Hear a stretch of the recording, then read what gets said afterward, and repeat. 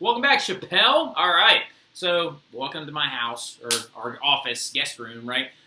So definitely, I know you're probably a little bit weirded out by the change of wardrobe and stuff like that, but just to give you a heads up, I had recorded this, like, boss money, amazing flip, talking about early Greece, right, and their foundings, and then, of course, I'm at school, it glitches out, there was a freezing on it, so I'm going to have to do it a second time, all right? But due to the fact that I have to do it a second time, one really, really important special little fun thing is you do get to meet a very, very special person, right? Hey, big boy. So this is my handsome gentleman. This is Rufio, who is just, showing the belly right now. But, okay, can you show them your face, please? Can you look over here? Hey, can you show me your face? Okay, so this is what he, no? Okay, look. So we'll do this. This is Rufio. He's big baby, all right? And he loves belly scratches, and he just wants to hang out, all right? And so I just mush his face all the time. Now, anyway, but yes, so that's my dog, Rufio. Figured I'd just introduce you real quick so you can get to know him a little bit. So, if I talk to him a little bit, I apologize. Actually, don't apologize at all. All right, so getting into it, though. Today, we talked about a lot of really, really cool stuff in class. We talked about the rest of the ancient civilizations. We kind of had to go out of order a little bit, which was really annoying, but it happens, right? We had to backtrack to Babylon a little bit. We kind of went into Egypt a little bit more in depth, right? We talked about how you're going to have a quiz coming up soon on these ancient civilizations. Completely multiple choice, not meant to be hard. Just study your notes a little bit and you'll be okay. All right, so, and then we also talked about, what else did we talk about? We reviewed the Phoenicians and the Hebrews, and we also reviewed, who else did we review? Rufia? Oh, the Assyrians, right? And then we got in-depth into the Persians, right? The Persians are super important because a lot of people overlook the Persians a lot. And we do end up talking about them much more when we actually get more further into Greece because they had 3 wars with them. Well, actually, they weren't really wars. It was one invasion and 2 wars. Or, no, actually, it was 1 revolt and 2 invasions. Sorry about that. Now, anyway, so let's go ahead and get into early Greek stuff. So we started talking about the time periods today, right? We started talking about how ancient Greece is a heck of a lot more than just what Disney movies and Hercules decided to tell you, right? The ancient Greeks are actually a civilization that's, depending on who you ask, spans several thousand years. And they're also the very first Western civilization. So when we talk about the ideas of us, the United States, being a Western civilization, we kind of owe it to the Greeks as being our original founders of this entire sector of history, right? So the early Greeks and the early Greek time periods are super important. But when we talked about it today, we talked about how Nathan eats bacon. Meanwhile, Mommy dances around Charlie's house, right? So that's Neolithic, early Bronze, Minoan, Mycenaean, Dark Ages, Archaic, Classical, Hellenistic, right? Very, very important to know. Big things before we get into the time periods, though. We do have to talk about where Greece is, their geography, how that affected them, and kind of like give the foundation of the first Western civilization a proper footing. All right, so when we're looking at this map right here, look at that bad boy. All right, now we know for a fact that Greece is not going to be over here because that's North and South America. Now, if you thought Greece was in North and South America, we have a whole other set of problems. All right, so now I know for a fact y'all aren't like looking at maps regularly and stuff like that, but it is important for you to know this different stuff, okay? So Greece, to just give you a heads up, is in Europe, right? So we know that we can then like kind of cross out Africa and cross out Asia and then cross out the Middle East, right? Like Bailey pointed out where the Middle East was for us in my G period. And so we definitely know it's not here. This is where Mesopotamia was. And then here, Egypt was right here. And the Phoenicians kind of exist all over the place. And then the Persians were all the way out, right out here. So we know that they existed kind of in Europe, right? So this is Europe proper. Does anybody think they know where Greece itself is? Anybody? Good job, Catherine. That's exactly right. Greece is right here, right there, in a region of Europe known as the Balkans, right? Actually, Greece is a part of what's known as the Balkan Peninsula. Go ahead and say that with me again. The Balkans, right? B-A-L-K-A-N-S, the Balkans. Say Balkan Peninsula, all right? Go ahead and write that down also, too. Modern-day Greece is located in the Balkan region of Europe. B-A-L-K-A-N, right? The Balkan region of Europe. Also, other countries that are there are the one that's on your map quiz that's going to be next week.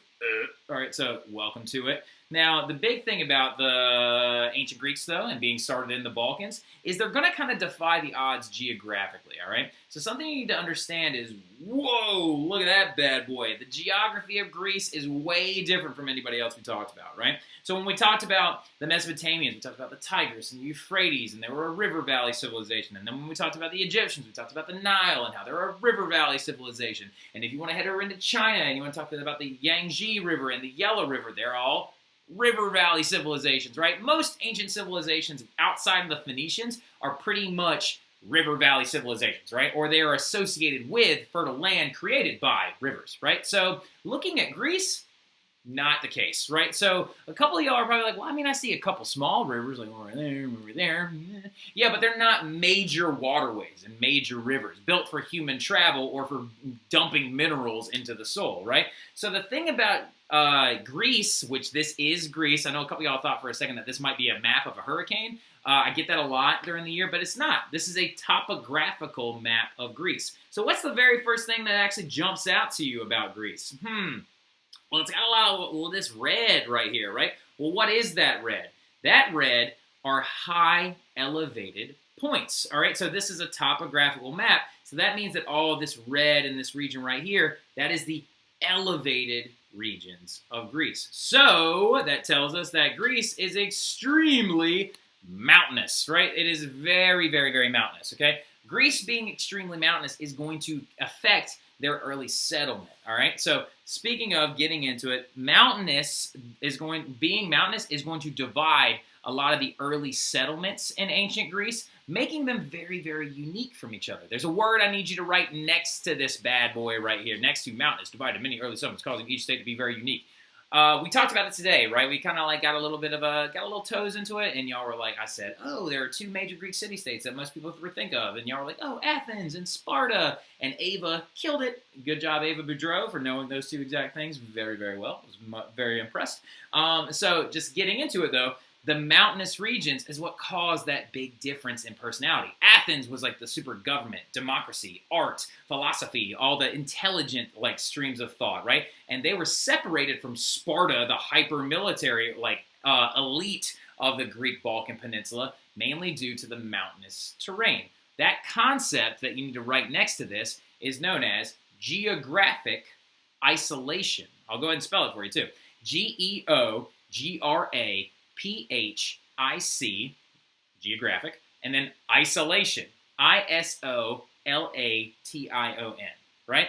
So for example, okay, a good geographic isolation way to look at it could be like me and Mr. Mathern, right? Me and Mr. Mathern, okay? So for example, Mr. Mathern is way far away from me. He's all the way over in the main building. And like to get to him from where we are in the Fine Arts Building, it feels like, because it's so far away, it feels like you got to cross a river and a mountain and like a pit full of alligators just to get from one building to the other. But that makes us very different. That isolation caused us to become very different people. As we know, Mr. Mathern is the man, and he's like super awesome, and he's a really good teacher, and like he does everything so great, and he's super intellectual. And then Mr. Terry is over in the Fine Arts Building causing a ruckus, wanting to throw a football to people and freaking everybody out. All right, so that's a big example of geographic isolation. That's right. You can go tell Mr. Mathern that I complimented him in this flip. So you can go, Now, anyway, so really, really quick though, he divided a lot of these early settlements, okay? Or the Greek geography is going to lead to these unique states, all right? Even the early ones, even the earliest ones with the Minoans and the Mycenaeans, which is what we're going to be talking about soon. Now, also, speaking of their geography, though, they are also bordering on what is known as the Aegean Sea. To their, if I'm standing in Greece, it's into my west. If you're looking at it on a map, it's to the east, okay? So the Aegean Sea is right over here to the east, okay? So how about we back it up. Where's the topographical map? Here we go. So the Aegean Sea is right here. We'll actually talk about the origin story of the name Aegean Sea later on, but this is the Aegean Sea. The one right here is known as the Ionian Sea, I-O-N-I-A-N, all right? That's the Ionian Sea right here. But as you can see, the Aegean Sea is also full of all these little tiny islands, which is a very, very good thing, right? The Aegean Sea actually was full of these things known as natural harbors, right? A natural harbor is a natural area that a boat can easily come and dock at, right? Because here's the thing, jumping down here already, what's the farmland like in Greece?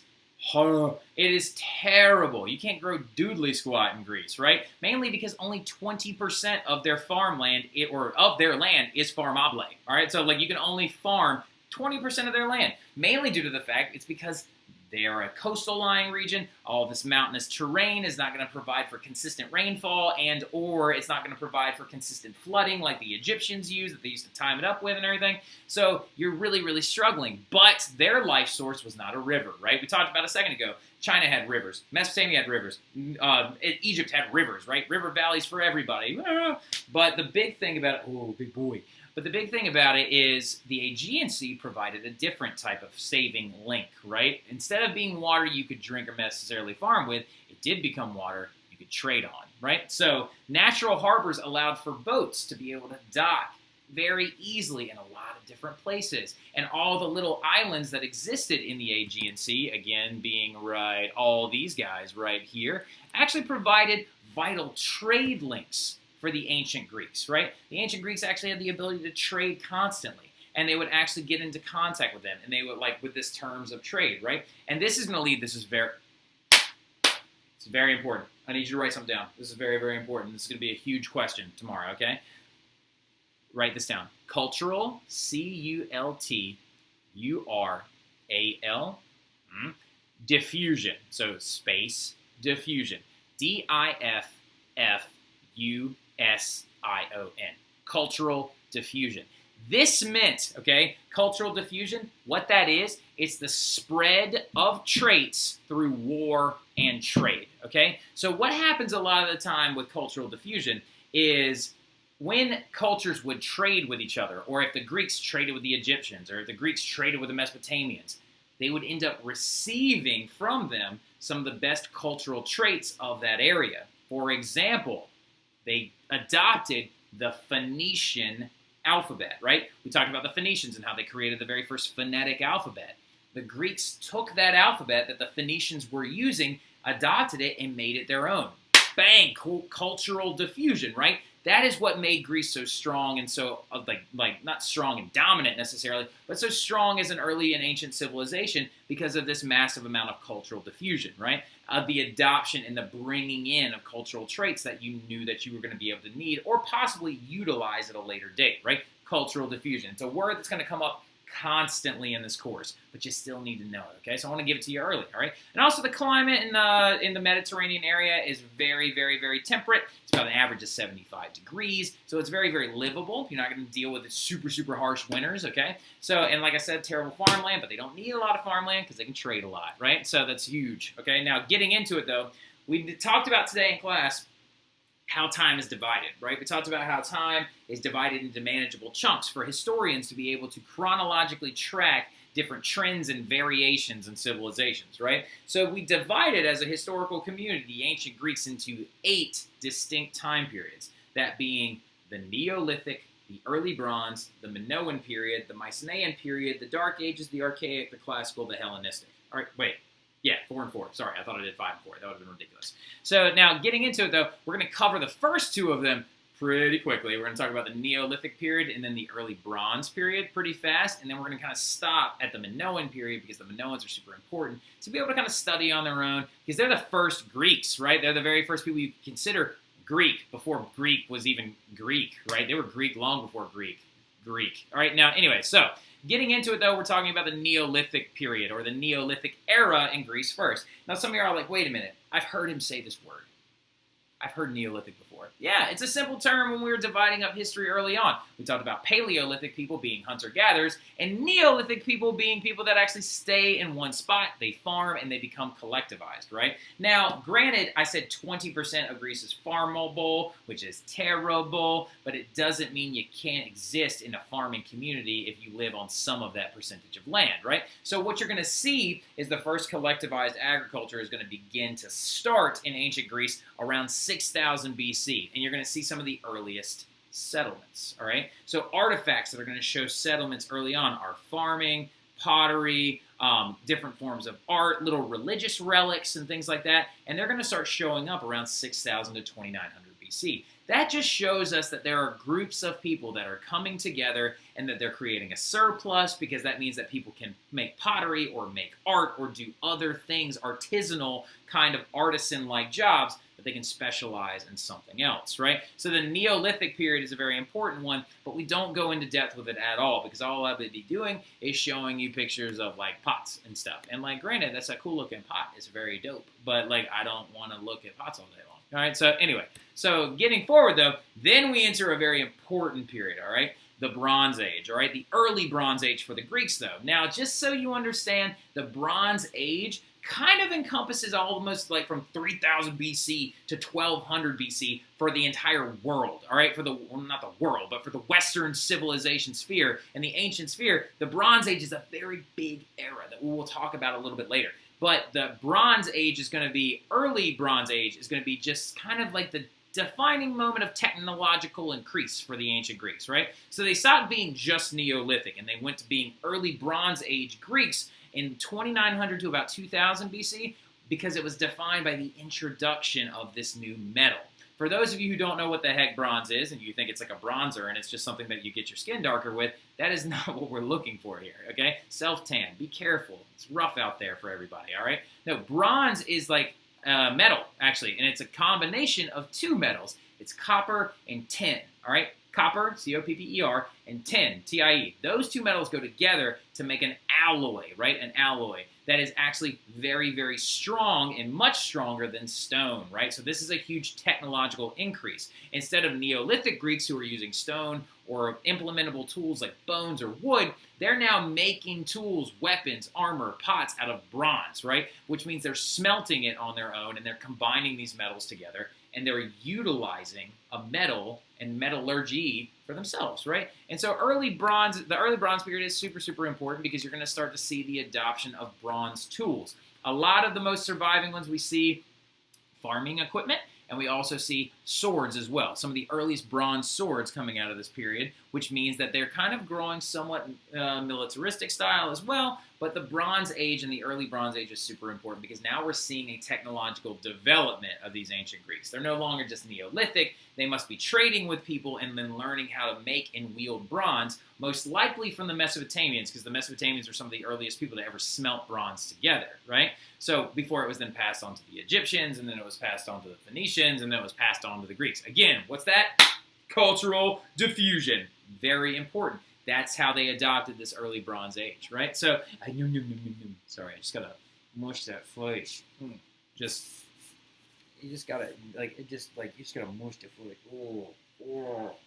He loves it, all right? So anyway, the early Bronze Age is a super important period, but now we're going to be getting into the very first Westerners ever, right? The Minoans and the Mycenaeans. Now, the Minoans and the Mycenaeans are the very first people to actually exist inside of the Balkan region, right, Catherine, right? That Balkan region, that Balkan peninsula. So the Minoans and the Mycenaeans are going to start off being the very first, Westerners, right? But we got to talk about them in order. The Minoans came first, okay? And the Minoans actually started their civilization on this small island. I need you to go ahead and write the Minoans, right? The Minoans in big capital letters. And Minoans is spelled M-I-N-O-A-N, okay? M-I-N-O-A-N, all right? So the Minoans. And they started on this island right here, known as Crete, okay? So mainland Greece being right here, that is the area known as Peloponnese, and this is Crete right there. That island is going to be home to the very first Westerners. So the Minoans, or the Minoan period, is going to last from about 2000 BC to about 1500 BC. Oh, excuse me. And we don't know a ton about them. We don't know a ton about the Minoans. We don't have a lot of documentation. They did have a writing system, which we'll talk about here in a little bit, but we can't decipher it, which is really bad. And so we don't know a ton about them. All we can do is interpret some of the artifacts that they that they have left behind, right? And these artifacts include things like art. Frescoes are beautiful. We'll look at some of those in a little bit. And then also we have seen some of their pottery, some of their larger buildings, right? They actually created some larger architecture and some of the very first Greek-style architecture that anybody had ever seen. Now, also, though, we are going to start talking about them in class, all right? So we are going to actually save them for talking about in class. We're going to look at some of their artifacts. We're going to see if you can figure out what they are, and we'll talk about them then. But I'll see y'all later. Y'all have a good one.